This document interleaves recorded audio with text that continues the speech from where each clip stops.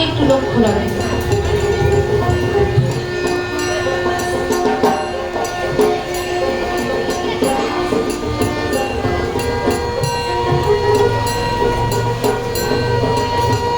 দাদা লক্ষ্যে বলছে, ও দাদা, এই মুনি দাদু তো আমাদের ডেকে নিয়ে এসেছে নিমন্ত্রণ খাওয়ার কথা বলে, এখন বলছে কেন যে জরুরি কাজে চিত্রকূট পর্বতে যাবে, আমাদের তপবনটার দিকে লক্ষ্য রাখতে হবে। লোক বলছে, ভাই বসে দাদু যখন বলছে কোনো না কোনো কারণ নিশ্চয়ই আছে, তাই দাদু যা বলছে আমরা তাই করি। মুনি চলে গেলেন চিত্রকূট পর্বতে। এদিকে বনের মাঝে বসে কুশীলাভ দুটি ভাই বান কাটাকাটি খেলছে। এমন সময় কুশ দেখতে পায় একটি যজ্ঞের রস্য যেন দিকবিলি যায় চলেছে।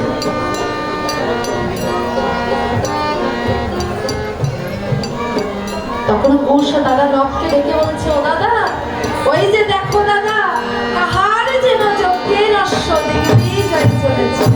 ও দাদা দেখো গো,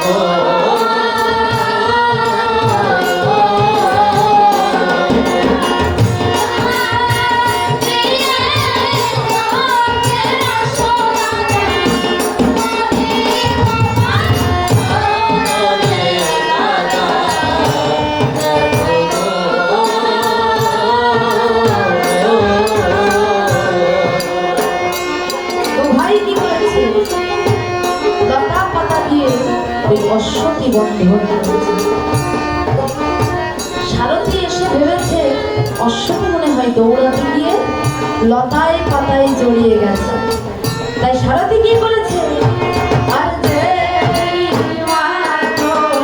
সারথি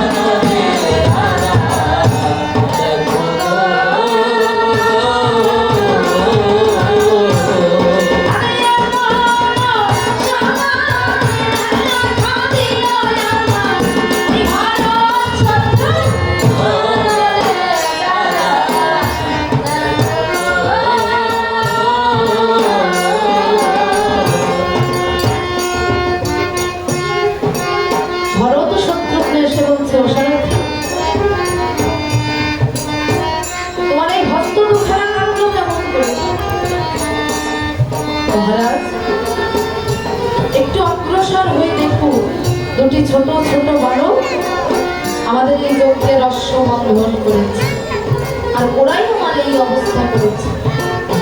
ভরত শত্রুঘ্ন দিয়ে বলছে, হে বালক,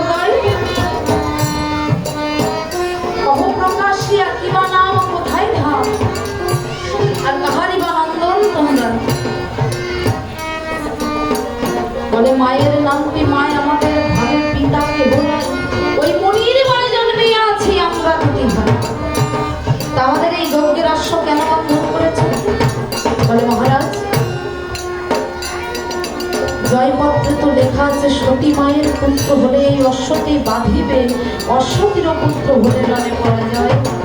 তা আমরা তো আর অশ্বতীর পুত্র নয়, তাই আমরা বিনা যুদ্ধে অশ্ব ছাড়ব। বলে যুদ্ধ করতে জানো তো? বলে জানি কিনা তাহলে দেখা যাক। তাই কুশীলাভ কি করেছে? ব্রহ্মাস্ত্র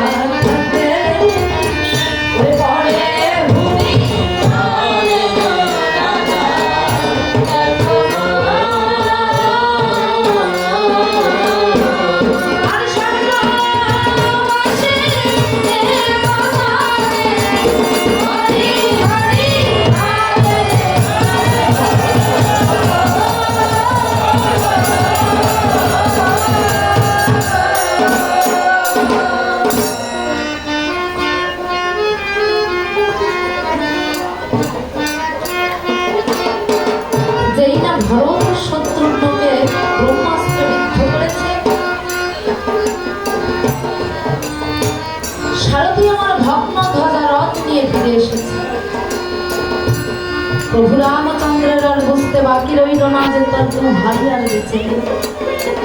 তাই হনুমানকে ডাক দিয়ে বলছে, ওরে হনুমান, তুমি যাও বাবা, 3 দেশে আমার 3 মিত্র আছে, তুমি তাদেরকে যুদ্ধের আহ্বান করে এসোকে। লঙ্কা থেকে বিভীষণ, কিষ্কিন্ধা থেকে সুগ্রীব আর কুহক রাজা। হনুমান প্রভুর আদেশ পেয়ে প্রথমে গেছে ওই লঙ্কায় গিয়ে বিভীষণকে যুদ্ধের আহ্বান করে তারপরে গেছে কিষ্কিন্ধায় গিয়ে সুগ্রীবকে যুদ্ধের আহ্বান করে এবার হনুমান চলেছে ওই গুহক রাজার দেশে। হনুমান যখন গুহক রাজার দেশে গেছে মনে মনে ভাবছে, তাই আমি তো শুনেছি এই গুহক রাজা নাকি আমার প্রভু রামচন্দ্রের খুব বড় ভক্ত। এই গুহক রাজা কত বড় ভক্ত, আর যখন আমি এখানে এসেছি পরীক্ষা না করে যাব। কিন্তু আমি তো গুহক রাজার বাড়ি চিনি না, তাহলে আমি তাকে কেমন করে পরীক্ষা করব? এমন সময় হনুমান সম্মুখে দেখতে পায়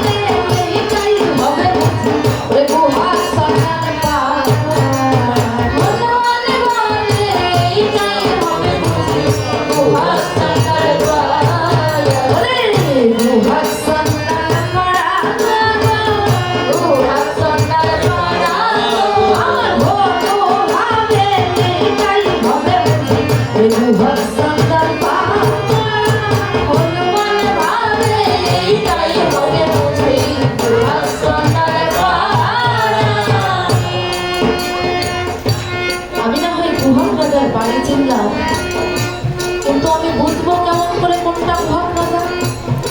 আমি তো কোনোদিন এই গুহক রাজাকে দেখিনি, তাহলে বুঝবো কেমন করে? হ্যাঁ, সে তো আমার প্রভু রামচন্দ্রের খুব বড় ভক্ত। আমি যদি এখানে বসে রাম নাম কীর্তন করি তাহলে নিশ্চয়ই রাম নাম শুনে ওই গুহক রাজা ঘরে বসে থাকতে পারবে না।